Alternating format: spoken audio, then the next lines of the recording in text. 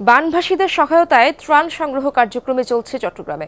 শিক্ষার্থী সহ বিভিন্ন সংগঠনের এই কর্মযজ্ঞের সাড়াও মিলছে বেশ।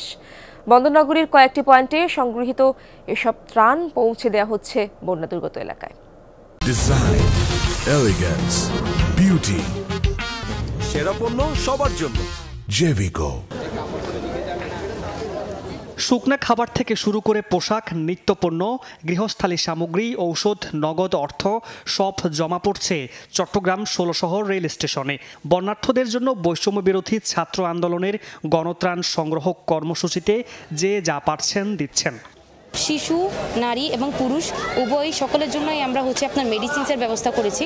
আমরা একটা বড় ধরনের একটা পুনর্বাসনের জন্য একটা পরিকল্পনা নিয়েছি, আপনারা আমাদের সহযোগিতা করুন। যারা যে ত্রাণগুলো আমাদের এখানে এসে আমাদের বুথে জমা দিচ্ছে, আমরা ওদের এই আমানতগুলো যথাযথভাবে পৌঁছে দিচ্ছি।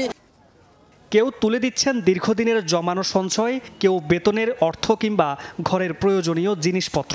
বানফাসীদের দুর্দশা লাঘবে শিশু, নারী, বৃদ্ধ সহ সব বয়সের, সব শ্রেণী পেশার মানুষের স্বতঃস্ফূর্ত অংশগ্রহণ লক্ষণীয়।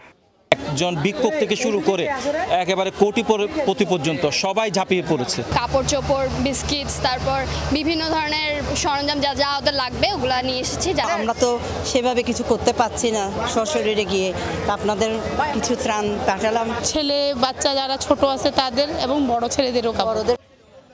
চট্টগ্রাম মেডিকেল কলেজ পয়েন্টে গণত্রাণ সংগ্রহ কর্মসূচিতেও মিলছে ব্যাপক সাড়া। এখানেও দিনরাত সক্রিয় শিক্ষার্থীরা। এক মুহূর্ত তারা স্বস্তির নিঃশ্বাস ফেলতে পারছে না।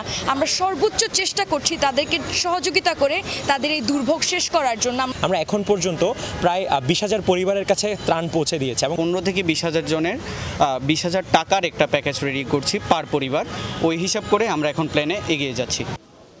চট্টগ্রামের বাকুলিয়ায় একটি কমিউনিটি সেন্টারে গাউসিয়া কমিটির উদ্যোগে ১ সপ্তাহ ধরে চলছে ত্রাণ সংগ্রহের কর্মযজ্ঞ, যা পৌঁছে যাচ্ছে বানফাসীদের কাছে। যেখানে সবাই যেতে পারতেছে না সেখানেও আমরা যাওয়ার চেষ্টা করতেছি, কারণ অনেক সময় দেখা যাচ্ছে যে একই জায়গায় সবাই ত্রাণ দিচ্ছে। ফটিকছড়ি, কাকড়াছড়িতে প্রত্যেক দিন ৪ থেকে ৫ ট্রাক আমরা ত্রাণ পাঠাচ্ছি। বন্দরনগরীর আরও বেশ কয়েকটি মোড়ে চলছে গণত্রাণ সংগ্রহ কার্যক্রম। মামুন নুরশিদ অফি, যমুনা নিউজ, চট্টগ্রাম।